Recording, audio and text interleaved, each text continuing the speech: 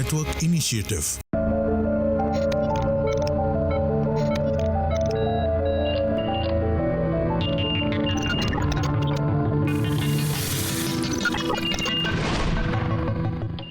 नमस्कार, माझा डॉक्टर कार्यक्रमात मी डॉक्टर महेश चिटणीस सर्व प्रेक्षकांचं मनपूर्वक स्वागत करतोय. आपल्याच्या कार्यक्रमाचा विषय आहे तो आहे ऑपरेशन टाळण्यासाठी आयुर्वेद या सिरीजमधील कानांच्या आजारांचं ऑपरेशन कसं टाळायचं आणि त्याच अनुषंगाने कान नाक घशाच्या आजारांवरती असणारे विषामृत उपचार, कानाचा असणारा मेंदूशी संबंध याविषयी उहापोह करण्यासाठी साक्षात धन्वंतरी समान असणारे आणि ज्यांना राष्ट्रीय आयुर्वेद कुरुपती ज्यांची निवड झालेली आहे, राष्ट्रीय धन्वंतरी पुरस्कार प्राप्त असे वैद्यराज समीर गोविंद जमदग्नी सर आपल्याच्या कार्यक्रमात सहभागी झालेत. तर मी आपली सर्व ओळख करून देतोय वैद्यराज समीर गोविंद जमदग्नी सरांची. नमस्कार सर. नमस्कार. विश्वामृत चिकित्सालय आता पुणे, मुंबई, कोल्हापूर या तिन्ही ठिकाणी कार्यरत आहे. मला आवर्जून सांगायचं वाटतं की वैद्यराज समीर गोविंद जमदग्नी सर विश्वामृत चिकित्सालयाच्या बरोबरीनेच श्री विश्ववती आयुर्वेद रुग्णालय कोल्हापूर आणि Nargis Dutt memorial cancer hospital जे बार्शी या ठिकाणी प्रमुख आयुर्वेद चिकित्सक म्हणून कार्यरत आहेतच. पण सगळ्यात महत्त्वाची गोष्ट म्हणजे आज सर्वसामान्य लोकांपर्यंत आयुर्वेद पोचावा यासाठी गुरुवचन हे यूट्यूब चॅनल हे वैद्यराज चालवत आहेत गेली अनेक वर्ष, ज्याचा लाभ आयुर्वेदाचे विद्यार्थी घेत असतात आणि त्याचप्रमाणे सर्वसामान्य लोकही घेत असतात. तर पुन्हा एकदा आपण स्वागत करूया वैद्यराजांच्या कार्यक्रमात. सर, पुन्हा एकदा स्वागत कार्यक्रमात. आजच्या कार्यक्रमाच्या अनुषंगाने अर्थातच पहिला प्रश्न माझा हाच आहे की कानाच्या एकंदरीतच स्वरूपामध्ये किंवा कानाविषयी आयुर्वेदाने एकंदरीतच कशी संकल्पना मांडलेली, या ठिकाणी होणारे आजार आणि त्याची कारणं लक्षणं काय सांगता येतील? साधारण 20% त्रास जो आहे कानांच्या आजारांचा, म्हणजे कानाच्या पडद्याला सूज येणं, हा जो भाग आहे ना, तो कशातून उत्पन्न होतो? लहान मुलांना कफ जास्ती झाल्या कारणानं सर्दी किंवा खोकला उत्पन्न झाल्यानंतर युस्टेशन ट्यूबला सूज येते आणि कान जो आहे मधल्या बाजूचा जो कानाचा भाग आहे तो एकंदरीत खराब व्हायला सुरुवात होते आणि मग नंतर उत्पन्न होणारी जी लक्षणं आहेत त्यात कान फुटणं, पुटीकर्ण नावाचा एक प्रकार सांगितलेला आहे, कर्णप्रतिनाह नावाचा आजार सांगितला आहे, पिप्पली नावाचा कानाचा आजार सांगितला आहे, गल्लीर नावाचा आजार सांगितलेला आहे. तर हे सगळे कानाच्या आजाराचे प्रकार जर तुम्ही दिले तर 24-25 वेगवेगळ्या पद्धतीचे आजार जे आहेत त्या आयुर्वेदामध्ये नावासहित, लक्षणासहित आणि ट्रीटमेंटसहित सांगितलेले आहेत. आणि हे सगळे ट्रीट करत असताना ऑपरेशनची पाळी ज्या वेळेला येते त्यावेळेला आयुर्वेद काय करू शकतो हे समजण्यासाठी म्हणून हे आत्ताचं लेक्चर आहे. तर हे सगळं लक्षात घेतल्यानंतर आता त्याच्या कारणांचा भाग आहे तो लक्षात घेणं हे खूप गरजेचं आहे. तर बऱ्याच मुलांना असं होतं की अनुवंशिकता असते आणि म्हणून काही कानाचे आजार असतात ते होत असतात.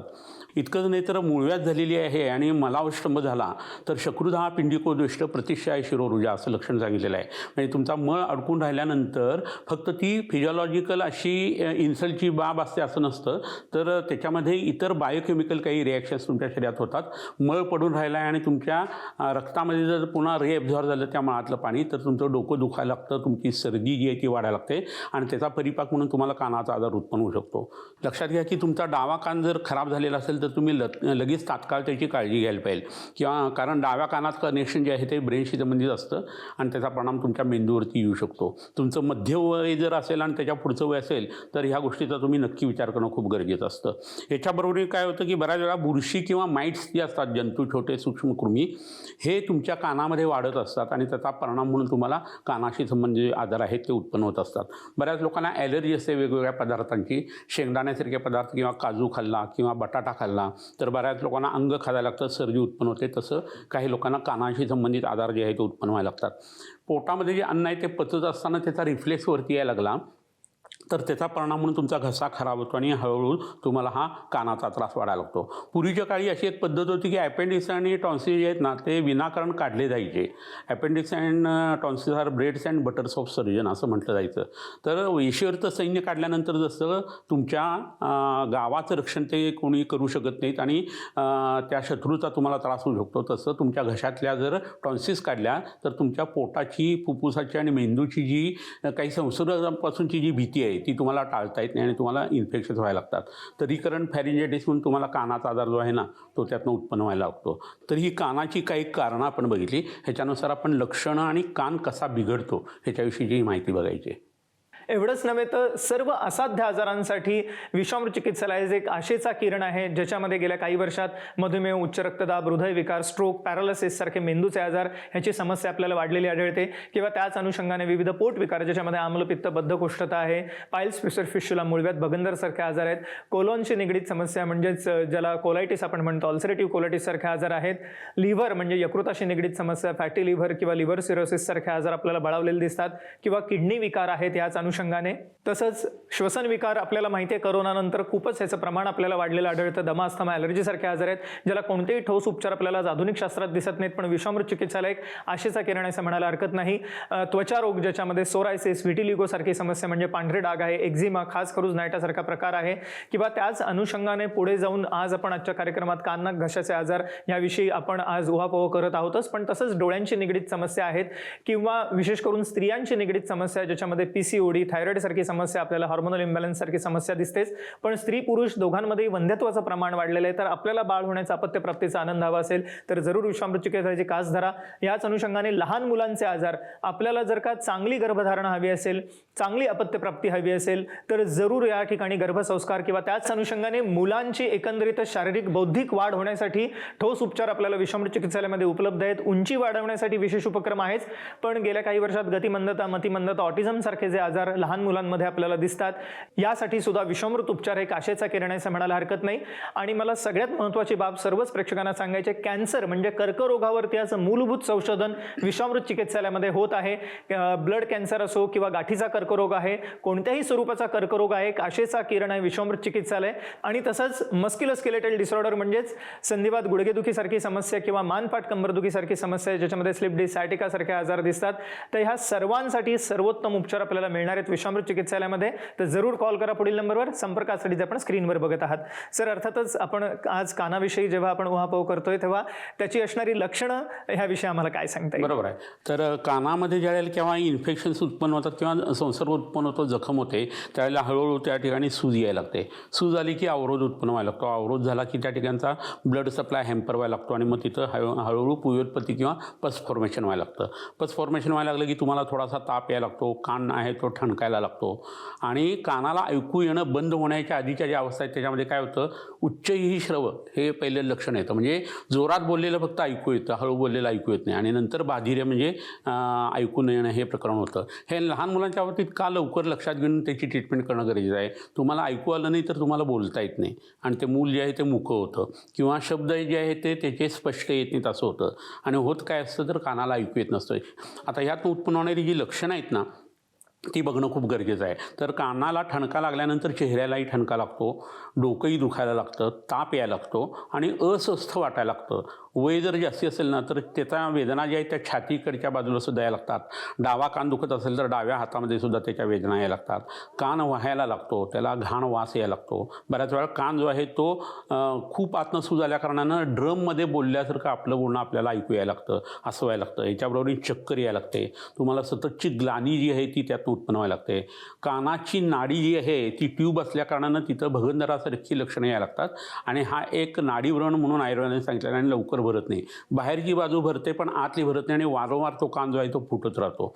लोक तुम्ही हे लक्षात घ्या की कानाच्या जखमांच्यामध्ये आणि दाढांच्या किडण्यामध्ये बऱ्याच वेळा TBचे जंतू असतात आणि ट्युबरक्युलर मेनिंजायटिस नावाचा मेंदूचा मोठा आजार येतो आणि त्याच्यामध्ये माणूस जाऊ सुद्धा शकतो. हा कान असा बिघडला तर हळूहळू काय होतं, कानाचं जे हाड आहे त्याच्या टेम्पोरल बोनचा मागचा जो भाग आहे कानाच्या मागचा त्या हाडामध्ये पू उत्पन्न व्हायला लागतो आणि हे खूप मोठं दुखणं आहे.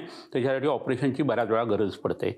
तर आपल्या ब्रेनमध्ये सगळ्यात थिनेस्ट बोन जे आहे ते आपलं टेम्पोरल बोन आहे, म्हणजे कान ज्यामध्ये बसवलेलं आहे ते हाड आहे आणि त्यामुळे तिथं मार लागला तर माणूस पटकन मरतो. ॲक्सिडेंटमध्ये सुद्धा तेच होतं. तर कानांचं रक्षण करणं ॲक्सिडेंटच्यामध्ये हे आपल्याला मृत्यूपासून वाचू शकतं, ही गोष्ट इथं लक्षात घेणं गरजेचं आहे. अशा ठिकाणी जेव्हा तुम्हाला कानाचा आजार होतोय ना त्यावेळेला तुम्ही ट्रीटमेंटकडे व्यवस्थितरित्या लक्ष देणं हे खूप गरजेचं आहे. कानाचे आजार म्हटले की अर्थातच टिनिटस किंवा ज्याला कर्णनाद म्हटलं जातं किंवा व्हर्टिगो आहे, चक्कर येण्यासारखा प्रकार आहे किंवा काना कानाचे असणारे जंतुसंसर्ग आहेत आणि त्याच अनुषंगाने ऐकू न येण्यासारखी समस्या आहे. नाकामध्ये विविधाज DNS म्हणजे डिव्हिएटेड नेझल सेप्टम, नाकाचं हाड वाढणं ज्याला म्हटलं जातं कॉमन परिभाषेमध्ये, किंवा वारंवार होणारी सर्दी आहे, ताप खोकल्यासारखे आजार आहेत, घशाचे आजार आहेत ज्याच्यामध्ये टॉन्सिलसारखी समस्या आहे, ॲडिनोइड्ससारखी समस्या आहे, नेझल पॉलिप्स आहेत. ह्या सर्वांसाठी आता सर्वोत्तम स्वरूपाचे उपचार आपल्याला विश्वामृत चिकित्सालयामध्ये उपलब्ध झालेले आहेत. आपण संपर्कासाठी जे स्क्रीनवरती नंबर बघत आहात ते विश्वामृत चिकित्सालयाचे हेल्पलाईन नंबर आहेत. ह्याच्यावर आपण फोन करू शकता, अपॉइंटमेंट घेऊ शकता आणि या सर्व उपचारांचा लाभ घेऊ शकता. आणि या अनुषंगानेच आता ऑपरेशन टाळणं ही आपली सिरीज चालू आहे आणि सगळ्यांनाच जाणून घेण्याची उत्सुकता आहे. तर कानाचे कोणते असे आजार आहेत की ज्याच्यामध्ये ऑपरेशनचीही गरज पडतेच आणि ते टाळायचं असेल किंवा जर का करायची गरजच पडली तर आयुर्वेद काय मदत करू शकतो? कानामध्ये खूप तीव्र वेदना आहेत. कानाच्या आजारामुळे तुम्हाला खूप मोठा ताप आलेला आहे. कानातून रक्तसुद्धा येतोय पूच्या बरोबरीनं. तुम्हाला बेशुद्धी यायला लागली आणि तुम्ही कोमामध्ये जायला लागलाय किंवा तुम्हाला इपिलेप्सीसारखे अटॅक यायला लागलेले आहेत. कोणतंही औषधीन तुम्हाला त्याचा गुण येत नाही आहे. कानाचा पडदा जो आहे त्याला पूर्ण मोठं छिद्र पडलेलं आहे. त्या कानाच्या आजारावरून आतमध्ये अर्बुद, गाठ किंवा कॅन्सरसारखा आजार आहे.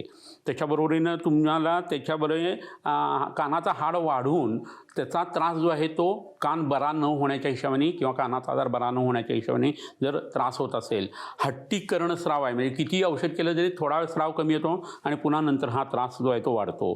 वय जे आहे ते खूप लहान आहे किंवा मध्यम वयाच्या पुढचं वय आहे. अशा वेळेला तुम्हाला वारंवार जर इन्फेक्शन होत असेल ना तर कानाचं ऑपरेशन करण्याचा सल्ला डॉक्टर देतात आणि त्यांच्या पॅथीनुसार ते बरोबर सुद्धा आहे. पण तुम्ही त्यावेळेला काय करायला पाहिजे, कानाचा आजार ज्यातून उत्पन्न होतो ते अन्न बंद करायचं आणि इतर अन्न जे आहे ते घ्यायला पाहिजे. तर तृणधान्य जे आहेत, गहू, ज्वारी, बाजरी वगैरे हे भाजून तुम्ही वापरायला पाहिजे. सातू जे आहे ते तुम्ही वापरायला पाहिजे. कुळथासारखं कढण जे आहे ते तुम्ही पोटामध्ये घ्यायला पाहिजे. शेंदेलोण जे आहे ते तुम्ही फोडणीमध्ये घालण्यासाठी वापरायला पाहिजे. येवक्षार, सज्जिक्षार आहे तो तुम्ही खायला पाहिजे. संध्याकाळचं जेवण तुम्ही बंद करायला पाहिजे. दुपारी तुम्ही हलका अन्न खायला पाहिजे. रात्री तुम्ही लवकर झोपायला पाहिजे.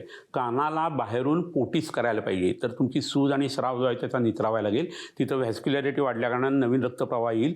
पांढऱ्या पेशी तिथं काम करायला लागतील आणि तुमची कानातली जखम आणि आजार उत्पन्न होण्याची प्रक्रिया जी ती थांबायला लागेल. ह्याच्याबरोबर वरच्या बाजूला हा आजार असल्याकारणाने यामध्ये कफ तिथं जास्ती असतो, म्हणून वमन करणं, उलटीचं औषध घेणं, त्याच्या आधी स्नेहनस्वेदन म्हणजे तेल लावून अंग शेकणं, ह्याच्याबरोबरीनं विरेचन म्हणजे जुलाबाचं औषध घेणं, कोठा साफ करून तुमची मलप्रवृत्ती प्राकृत करणं, ह्याच्याबरोबर जळवा जे आहे ते कानाच्या बाजूला लावून तिथलं दूषित रक्त काढणं, ह्याच्याबरोबरीनं तुमचं नाक, तुमचे डोळे आणि तोंड याच्यावरती ट्रीटमेंट जी आहे ते नस्य, अंजन आणि गंडूष धारण म्हणजे तोंडामध्ये तेलाचे किंवा इतर गोष्टींचे प्रयोग जे आहे ते करणं. हे केलं की तुमचं काम लवकर चांगला व्हायला लागतो आणि ऑपरेशनची गरज पडत नाही. हीच गोष्ट तुम्ही ऑपरेशनच्या नंतरसुद्धा करू शकता जर ऑपरेशन तुम्ही केलेलं असेल तर. पण केलेलं नसेल तर ह्या पद्धतीने तुम्ही जाणं गरजेचं आहे. तुम्ही ओलं खोबरं खायला सुरुवात केली तर तुमच्या शरीरातलं रक्त चांगल्या पद्धतीने वाढतं. तुम्हाला ॲनेस्थेसियाचा त्रास होत नाही आणि रक्त भरावं लागत नाही. तुम्ही त्रिफळा गुगुळ, कैशर गुगुळ आणि अमृता गुगुळ अशी औषधं घेतली तर तुम्हाला अँटीबायोटिक फारशी द्यायला लागत नाही. वेदनास्थापन गण आहे त्याचा काढा जर तुम्ही घेतला तर तुमची कानातली दुखण्याची जी प्रक्रिया आहे ती थांबायला लागते. तर हे सगळं आपण केव्हा वापरणार?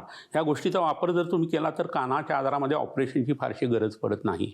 मला आवर्जून सर्वेक्षणाला सांगायचं की कोणत्याही स्वरूपाचा असाध्य आजार असो आपल्याला आता निराश होण्याची गरज नाही. आपण जरूर विश्वामृत चिकित्सालयाची कास धरा. आपण संपर्कासाठी त्यांचे स्क्रीनवरती नंबर बघत आहात ते जरूर टिपून घ्या. कोणत्याही स्वरूपाचा असाध्य आजार असो, आपण आजच्या कार्यक्रमामध्ये कानाच्या आजारांविषयी उहापोह करत आहोतच, पण याच अनुषंगाने कान, नाक, घशाचे आजार असोत किंवा पोट विकार, श्वसन विकार, त्वचा रोग, कॅन्सर सारखी समस्या आहे, विशेष करून संधिवात, गुडघेदुखी, मानपाट, कंबरदुखी सारखे हाडांचे विकार आहेत, सर्व प्रकारचे आजार आज आपल्याला टाळता येणं शक्य आहे. विना ऑपरेशन बरे करता येणं शक्य आहे. तर त्यासाठी जरूर कॉल करा पुढील नंबरवर. संपर्कासाठी जे आपण स्क्रीनवरती बघत आहात. सर, या अनुषंगाने विविध वनस्पती या ठिकाणी आणलेले आहेत. आमच्या प्रेक्षकांना जाणून घेण्याची उत्सुकता आहे. त्यांचे जे उपयोग आहेत काय सांगता येईल? आपण काही वनस्पतींचे उपयोग आता बघूया. तर काही वनस्पती आहेत त्यापैकी एक वनस्पती इथं मी तुम्हाला दाखवतो आणि ती म्हणजे कडुनिंब नावाची वनस्पती आहे. ह्याची 5-6 पानं घेऊन ती कुटून त्याची गोळी करायची आणि त्यात हळद घालायची आणि अनुष्यपोटी जर सकाळी घेतली तर शरीरातल्या जवळजवळ सगळ्या बॉडी फिजिओलॉजी जी आहेत ना त्या उत्तम पद्धतीने चालायला सुरुवात होते आणि माणसाला आजारपण येत नाही. निंबस्तिक्त रसा हा शीतो लघुश्लेष्मासर पित्तनुत असे याचे गुणधर्म सांगितलेले आहेत.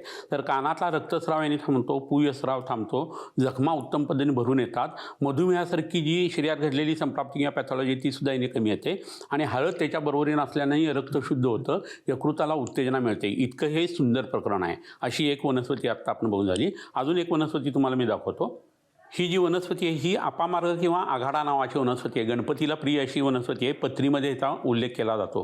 तर अपामार्ग क्षार म्हणजे हे झाड वाळल्यानंतर त्याची राख करायची आणि त्याच्यापासून तयार केलेले जे तेल आहे ते कर्णनाद, कर्णक्षेत्र आणि म्हातारपणीचं जे बाधिरी आहे म्हणजे कानाला ऐकू न येणं हे जे प्रकरण आहे ना ते ह्यांनी खूप चांगल्या पद्धतीने कमी करता येतं. तर या वनस्पतीचा रस कानामध्ये घालणं अशी एक प्रक्रिया आहे, पण तो स्टराईल करून घातला जायला पाहिजे वैद्याच्या देखरेखीखाली किंवा याची राख तयार करून ती घेता येते. आघाड्याचं बी जे आहे ते पोटामध्ये जर घेतलं तर भूक कमी येते. त्यामुळे ज्यांना स्थूलपणा आहे त्यांना भूक कमी होण्यासाठी ह्याच्या बियांची खीर जी आहे ती खाता येते. आणि कान जो आहे त्याच्यातला आवाज जो आहे तो ह्याच्या मुळाच्या गंधाने पोटात ते जर घेतलं गेलं एक चमचाभर 5 ग्रॅम रोजच्या रोज असं 21 दिवस तर कानाला चांगल्या पद्धतीने ऐकू यायला लागतं. तर हा एक खूप चांगला वनस्पतीचा प्रकार आहे, तो तुम्ही वापरून बघावा. दुसरी एक वनस्पती इथं आहे ती बऱ्याच वेळा मी तुम्हाला दाखवलेली आहे आणि ती वनस्पती म्हणजे ही शतावरी. तर ह्या मुळ्या तुम्हाला खाली दिसतात बघा. तर शतावरीच्या ज्या मुळ्या आहेत त्या पौष्टिक आहेत, यकृताला उत्तेजना देणार आहेत आणि वरची ही पानं जी आहेत त्याला काटे आहेत थोडेसे, ते जर व्यवस्थितरित्या काढून ह्याची भाजी करून खाल्ली तर ती कानासाठी, डोळ्यासाठी आणि मुखपाकासाठी खूप उपयोगी आहे. तर ही वापरणं खूप गरजेचं आहे. त्याच्या मुळ्या ज्या आहेत त्या पौष्टिक आहेत, धातुवर्धक आहेत. अंगारचं दूध जे आहे ते ह्यानी खूप चांगल्या पद्धतीने वाढतं. मूळव्याधीचा त्रास ह्यानी कमी होतो. लघवी चांगल्या पद्धतीने साफ व्हायला लागते. मोठ्या आतड्यात आणि लहान आतड्याचं काम सुधारल्या कारणानं कानाच्या आजारासाठी ही वनस्पती खूप उपयोगी आहे. तर हा एक प्रकार आपण वापरून बघण्यासारखं आहे. आणखीन एक वनस्पती इथं आहे ती तुम्हाला दाखवतो आणि तुम्हाला बऱ्याच जणांना माहीत असेल ही गुलबाक्षी नावाची वनस्पती आहे आणि ह्याची फुलं संध्याकाळच्या वेळेला उमलतात आणि मिऱ्यासारखं याला फळ लागत असतं. याचा कांदा जो आहे खालचा तो उगाळून जर चेहऱ्याला लावला तर चेहऱ्यावरचे अतिरिक्त केस नष्ट होत असतात. परंतु त्याच्यापेक्षा जास्ती महत्त्वाचा भाग म्हणजे याची पानं जी आहेत त्याचं पोटीस जर केलं कानाला तर कान दुखणं तात्काळ कमी येतं. कानातला पू जो आहे तो वाहणं कमी येतं. आतला जो नाडीव्रण आहे, ट्यूब जो आहे ती सुद्धा ह्याने भरून येते आणि त्याच्याबरोबरीने ऐकायला चांगला येणं हे सुरू व्हायला लागतं. ह्याच्या पानांचा रस आहे तो पोटामध्ये वेखंडाबरोबर जर घेतला तर मुलांना ऐकू न येण्यामुळे जे बोलत नाहीत ना ते प्रकरण याने चांगल्या पद्धतीने सुधारतं. अजून एक गोष्ट इथं दाखवण्यासारखी आहे ती म्हणजे या जलौका. तर जळवा नावाचा हा किडा किंवा प्राणी मी बराच वेळा तुम्हाला दाखवलेला आहे. तर हा दलदलीमध्ये असतो आणि हा हार्मॅफोडेट आहे, म्हणजे याच्या शरीरामध्ये मेल आणि फिमेल्स एकाच शरीरामध्ये असतात. तर असा हा जो भाग आहे तो कानाच्या मुळाशी जर आपण लावला तर दूषित रक्त हे काढून घेतं आणि तिथली जखम जी आहे ती चांगल्या पद्धतीने शुद्ध व्हायला लागते आणि ती तशी झाल्या कारणानं कानाचा आजार जो आहे तो न वाढता पहिल्यासारखी तिथली रचना जी आहे ती आणि फिजिओलॉजी जी आहे ती चांगल्या पद्धतीने सुरू व्हायला लागते. तर हे प्रकरण जे आहे ते लावताना तुम्हाला किळसवाणा वाटेल किंवा भीती वाटेल ही, पण हे लागलेलीही समजत नाही आणि पडलेलीही समजत नाही म्हणून तर हे लावायचं. अन्यथा सुईनीत आपण रक्त काढलं असतं. तर ह्याचा वापर तुम्ही जवळच्या वैद्यांच्याकडनं नक्की करून घ्या आणि लहान मुलांसाठी सुद्धा याचा वापर आपल्याला करता येत असतो. इथं आणखीन एक गोष्ट आहे ती तुम्हाला दाखवतो आणि ती म्हणजे ही सुवर्णशलाका. ह्याच्या वरचा जो भाग आहे तो सोन्याचा आहे, याचं टोक जे दिसतंय ते, आणि हे गरम करून कानाच्या विविक्षित पॉईंटना खांद्यांच्यावरती आणि हातावरती ह्याचा पॉईंट जो आहे तो लक्षात घेऊन तिथं अग्निकर्म केलं जातं, दग्ध केलं जातं.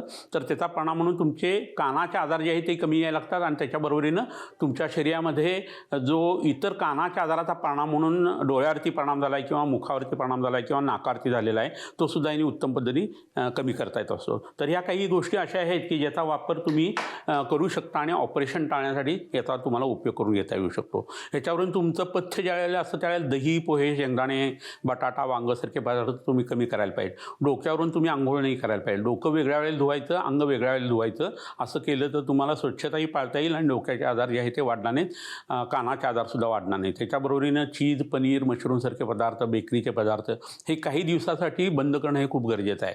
आधी सगळं खाल्लेलं आहे, नंतर सगळं खायचं आहे. मध्ये काही दिवस पथ्य पाळायला काहीही हरकत नाही. त्या केल्याशिवाय कोणती गोष्ट मिळत नाही आणि तुमची इफिशियन्सी जी आहे ती वाढत नाही. आणि efficiency is enjoyment of life. तर तुमची इफिशियन्सी सकाळपासून चांगली राहणार असेल तर त्यासाठी जे काही तुम्हाला अर्घ्य द्यायला लागणार आहे ते तुम्ही द्यायला पाहिजे आणि तसं दिलं तर तुम्ही सगळ्याच आजारातून मुक्त होणार आहे, स्पेशली कानाच्या आजारापासून. सगळ्यात महत्त्वाची गोष्ट म्हणजे कोणत्याही स्वरूपाचा असाध्य आजार असो आपल्याला आता निराश होण्याची गरज नाही आहे. विविध चालणाऱ्या आजारांसाठी ऑपरेशन टाळून आपल्याला आता उपचार घेता येणं शक्य आहे. आपण ही जे सिरीज आहे ज्याच्यामध्ये ऑपरेशन टाळण्यासाठी आयुर्वेद, ह्या सिरीजमध्ये आज आपण कानाचा आजार कसे टाळायचे ह्याविषयी मार्गदर्शन घेतलं. त्याच अनुषंगाने कान नाक घशाच्या आजारांच्याच अनुषंगाने डोळ्यांचे आजार असतील, पोट विकार आहेत, श्वसन विकार आहेत, त्वचा रोग आहेत किंवा मस्क्युलोस्केलेटल डिसऑर्डर ज्याच्यामध्ये संधिवात, गुडघेदुखी किंवा मणके विकार, मानपाट कंबरदुखी, स्लिप डिस्क, सायटिका या ठिकाणी आपल्याला ऑपरेशन टाळून उपचार घेता येणं शक्य आहे. आणि या व्यतिरिक्त स्त्रियांशी निगडीत समस्या, PCOD, थायरॉइड सारखे हार्मोनल आजार आहेत, मासिक पाळीशी निगडीत समस्या आहेत, स्त्री पुरुष वंध्यत्वाची समस्या आहे, बालकांचे आजार आहेत ज्याच्यामध्ये गतिमंदता, मतिमंदतेसारखे आजार आहेत. उंची वाढवण्यासाठी आज विशेष उपक्रम विश्वामृत चिकित्सालयामध्ये उपलब्ध आहे. ह्या व्यतिरिक्त विविध स्वरूपाचे किडनीचे विकार, लिव्हरच्या समस्या किंवा लिव्हर सिरोसिस सारखी समस्या गेल्या काही वर्षात वाढलेली आढळते. कॅन्सर सारखा आजार आहे, याविषयी मूलभूत संशोधन विश्वामृत चिकित्सालयामध्ये होत आहे. त्यामुळे कोणत्याही स्वरूपाचा आजार असो, निराश होण्याची गरज नाही. जरूर कॉल करा. आपण पुढील नंबरवरती संपर्कासाठी जे आपण स्क्रीनवरती बघत आहात. वैद्यराज, आपण आजच्या कार्यक्रमात सहभागी झाल्याने अमूल्य मार्गदर्शन केलं त्याबद्दल मनपूर्वक आभार. धन्यवाद. नमस्कार.